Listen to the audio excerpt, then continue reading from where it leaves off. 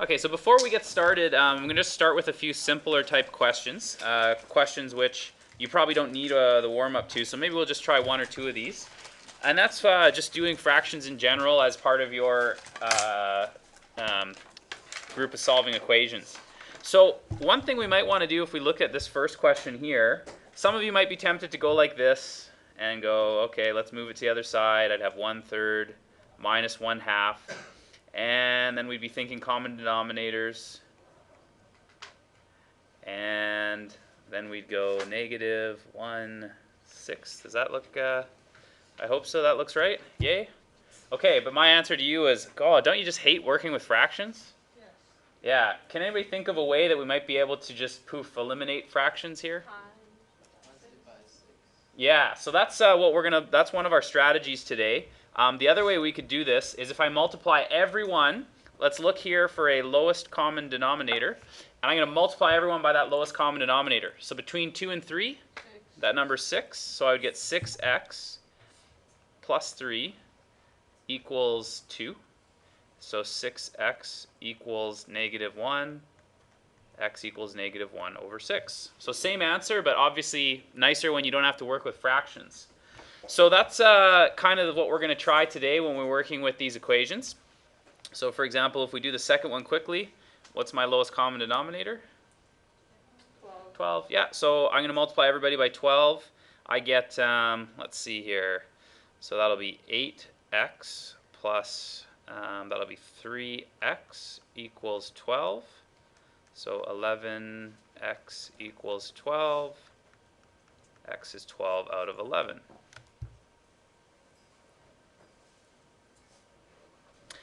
So what happens if we don't multiply by the lowest common denominator? What happens if I multiplied by 24? It's unnecessarily big. It's just going to be unnecessarily big. At the end, the answer will still simplify to the same answer we've got here.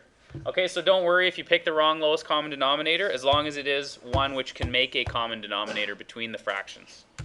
So we'll try something in where we get a little bit more complicated.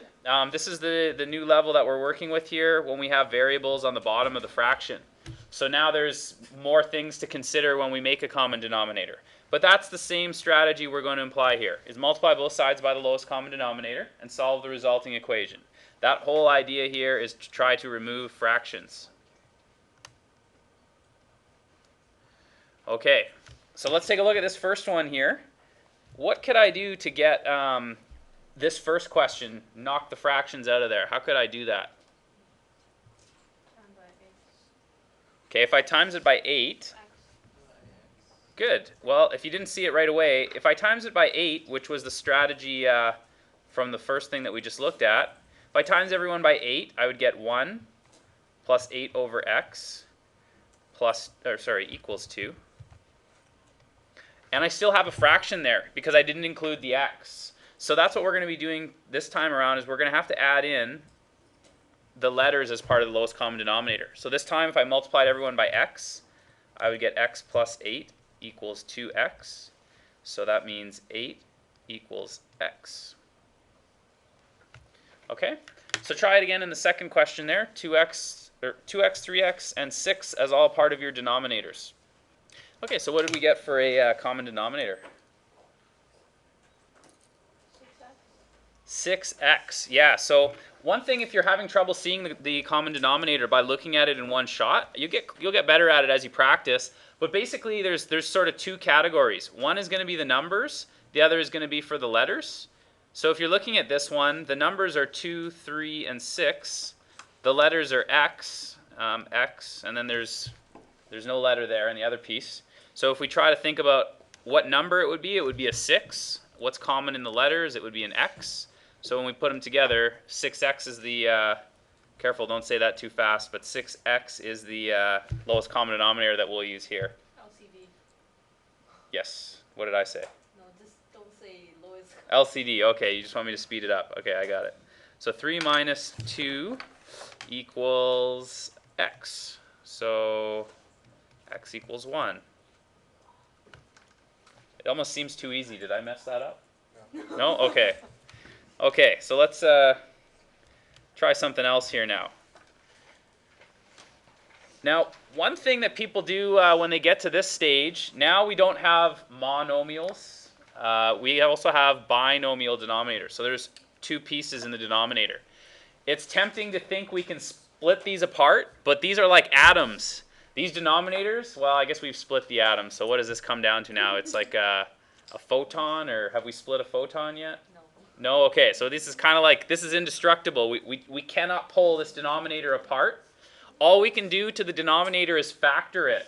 So for example, if I was to give you 2x minus 4, then you could factor this, but you cannot pull the pieces apart from each other as a binomial. Those two pieces still have to stay together. Okay, so you can't treat it as x and minus 2 as separates. You have to treat it as one piece. Okay, so if I look at my choices here, what would we get for the lowest common denominator? What do you think? X squared take away 2x. Okay, so you've actually gone and factored distributed the whole thing.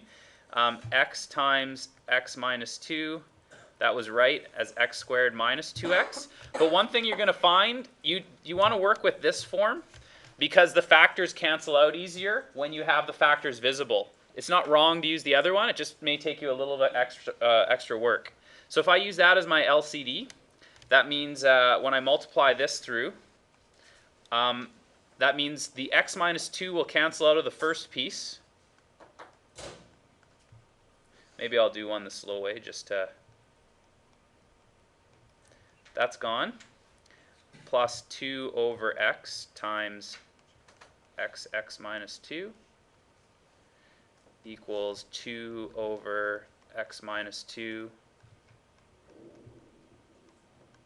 And the good news is, as expected, the fractions have canceled. Wow, that's a big sneeze from a little girl. 2x minus 4 on this side equals 2x. So the 2x's, we can collect those like terms. I end up with x squared minus 4 equals 0. And luckily, this is a nice one to factor.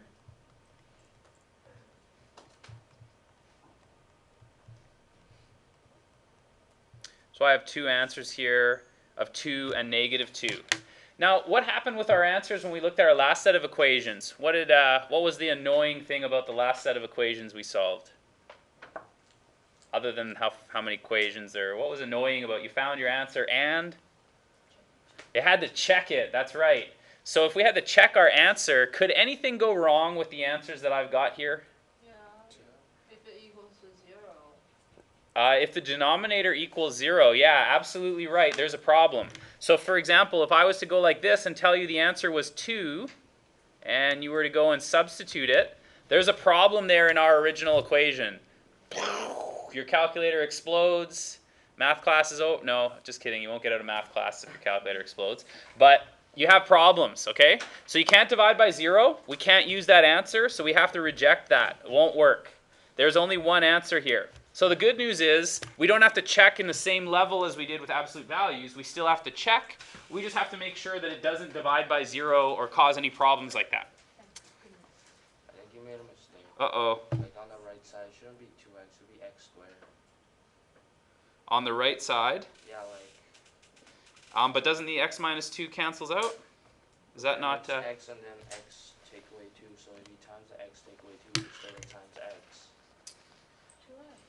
All I've done is, instead of expanding it, I just got rid of this one with this one in the first go. Is that... I'm not sure here. Maybe I'll have to look at that question with you again after we do our lesson, okay? But I think this worked out. It seems to have worked out nicely, so I'm going to assume that I didn't screw it up. Okay.